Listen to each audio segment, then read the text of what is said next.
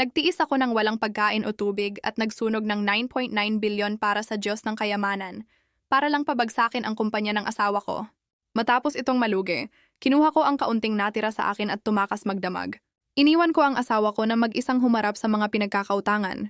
Para mabayaran ang utang, nagtrabaho siya ng 10 trabaho sa isang araw. Para sa iba, isa akong ganap na bastos.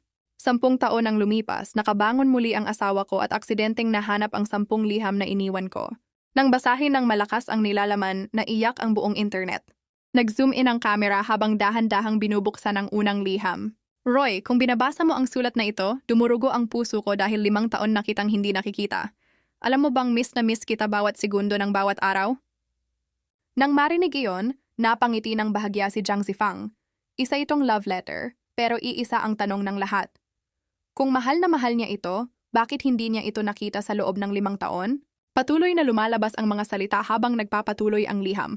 Pumayat ako nitong mga nakaraan at lumalabo na ang alaala ko. Pero malinaw ko pa ring natatandaan ang tag-init na iyon 6 na taon na ang nakakaraan. Nakaupo ka noon sa tabi ng lawa, nakaputing damit at nagpipinta. Naglakas loob akong kausapin ka at namula ang mukha ko. Tiningnan mo kung gaano ako kahiya at tumawa ka. Sa sandaling iyon, nagliwanag ang buong mundo ko. Tapos sinubukan kong ituloy ang usapan kahit medyo awkward, pero hindi mo iyon pinansin at palagi kang sumasagot ng magalang. Naisip ko na naabala ko ang pagpipinta mo, kaya tumigil ako sa pagsasalita. Tumayo lang ako doon ng tahimik habang patuloy mong idinodrawing ang rosas na mahal mo. Bago ko namalayan, gabi na pala, tumayo lang ako sa tabi mo, nakangiting parang ewan habang pinapanood ka. Pagkatapos ay niligpit mo na ang drawing board mo, kinuha mo rin ang paso ng mga rosas. Gusto ko pa sanang may sabihin sa'yo pero sa huli hindi ko pa rin nailabas ang mga salita. Sa sumunod na 3 araw, bumalik ako sa lawa para hintayin ka pero hindi ka sumipot. Sa ika-4 na araw, bumalik ka rin sa wakas. Hawak mo pa rin ang rosas na iyon.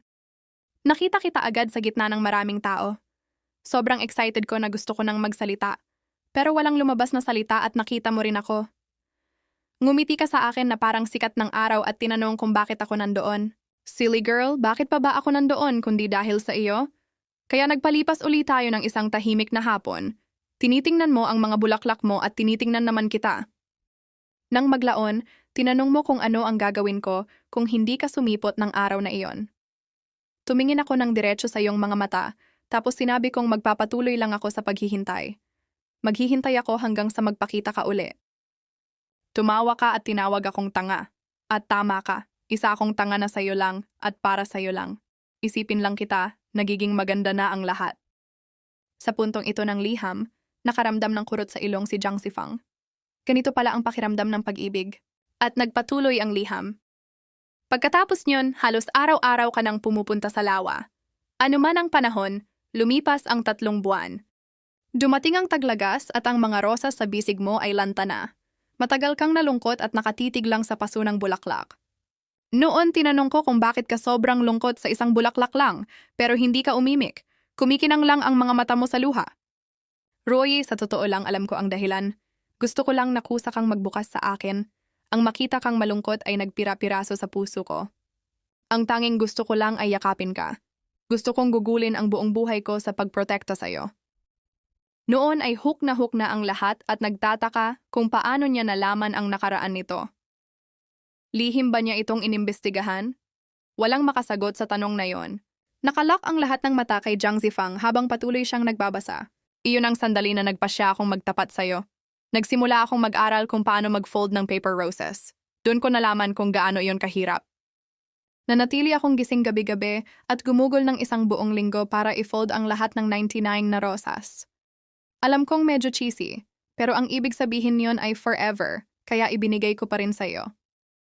Sa sandaling iniabot ko sa iyo ang mga rosas, bigla kang napaiyak habang may luha sa iyong mga mata. Tumango ka ng oo. Alam mo ba kung gaano ako kasaya sa sandaling iyon? Sa mga sumunod na araw, nakangiti ako sa lahat na parang bata. At tuwing may kakausap sa akin, bawat salita ay nauuwi sa iyo. Gusto kong ipaalam sa buong mundo na girlfriend kita. Sa puntong iyon, nakaramdam ng kaba ang lahat. Akala nila ay one-sided love lang, kaya may 5-year gap. Pero naging malinaw sa liham na magkasintahan na sila.